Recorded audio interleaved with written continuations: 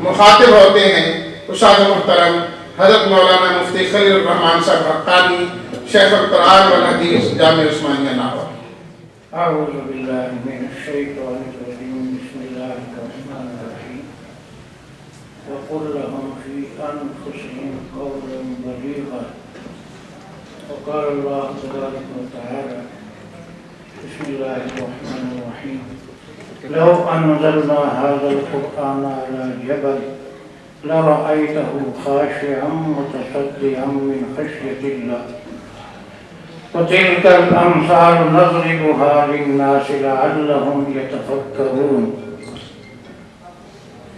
قال النبي صلى الله عليه وسلم لا حسد إلا على اثنين، رجل آتاه الله مالا فسلطه على هلكته في الحق، ورجل آتاه الله القرآن فهو يقوم به آناء الليل وآناء النهار۔ سنتے سنتے نغمہ ہائے محفل بدعات کو، سنتے سنتے نغمہ ہائے محفل بدعات کو، کان بہرے ہو گئے دل بدمزہ ہونے کو ہے۔ آؤ سنوائیں تمہیں وہ نغمہ توحید بھی، پارا جس کے لحن سے طور ہدا ہونے کو ہے۔ حیف گر تاثیر اس کی تیرے دل پر کچھ نہ ہو، کوہ جس سے خاشعا متصدعا ہونے کو ہے۔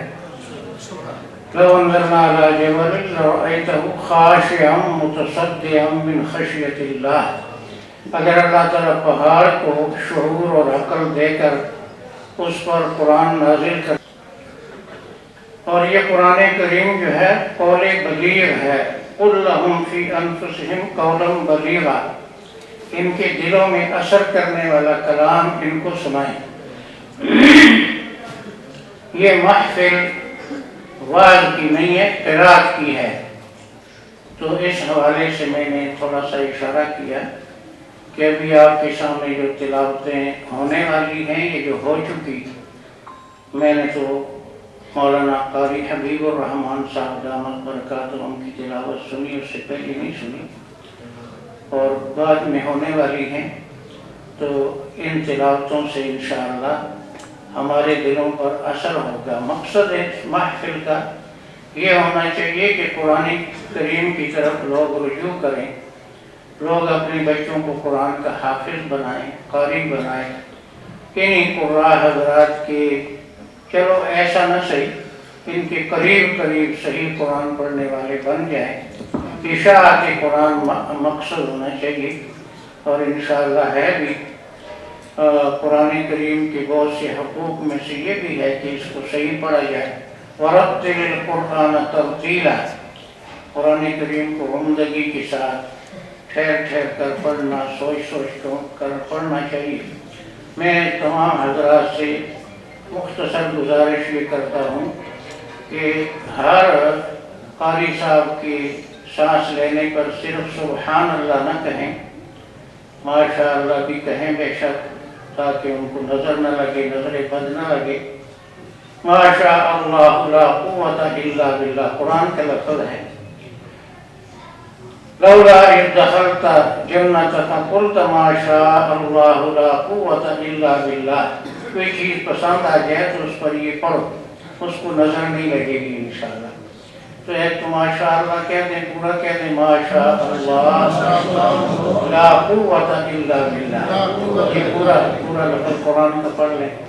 دوسرا یہ کہ جن کو ترجمہ آتا ہے، جہاں جنت کا ذکر ہو، نعمت کا ذکر ہو، وہاں پر یہ دعا کرے اللہم ارزقنا، اور جہاں عذاب کا ذکر ہو، پکڑ کا دنیا کی آخرت کی، اللہم اعذنا یا نعوذ باللہ، اعاذنا اللہ، جو بھی لفظ عربی میں آتا ہو، یا اپنی زبان میں کہہ دیں اللہ تعالی ہمیں اپنے عذاب سے بچائے۔ صرف یہ نہیں کہ بس لمبی آواز سنی اور کھڑے ہو کر نعرہ لگا دیا۔ ہر جیسے بھی وہ قاری صاحب آئیں گے، قاری صاحبان، وہ یعنی عالمی کیا ہے جی اعزاز یافتہ مسلم قاری صاحبان سب صحیح پڑھتے ہیں، چاہے وہ آہستہ آواز سے پڑھیں پھر بھی وہ تجوید سے پڑھتے ہیں، چاہے وہ لمبی سانس سے پڑھیں پھر بھی تجوید سے پڑھتے ہیں۔ تو صرف یہ نہیں کہ ہم نے دیکھا آنکھیں سرخ ہو گئی، چہرہ سرخ ہو گیا پڑھنے والے کا تو کھڑے ہو کر نعرہ لگا دیا، اور جہاں ویسے اس نے صحیح پڑھا تو چپ، نہ کوئی جزاک اللہ، نہ کوئی سبحان اللہ، نہ کوئی دعا، وہ تو سارا صحیح پڑھتا ہے۔ بس یہ ہے کہ دعا کریں، نعمت پر اپنے لیے دعا کریں، عذاب سے اپنے لیے بچنے کے لیے دعا کریں۔ باقی یہ محفل ساری علماء قراء حضرات کی ہے، اور یہ تمام حفاظ کرام قراء حضرات قابل رشک ہیں۔ آپ صلی اللہ علیہ وسلم نے فرمایا رشک کے قابل دو لوگ ہیں، جس کو اللہ نے حلال مال دیا اور صحیح خرچ کرنے کی توفیق دی۔ تو جس کے پاس نہیں ہے وہ کہے کہ اگر میرے پاس ہوتا میں بھی اللہ کے راستے میں خرچ کرتا۔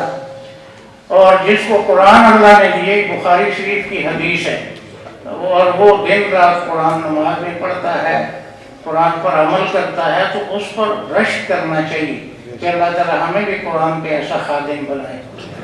وآخر دعوانا ان الحمد للہ۔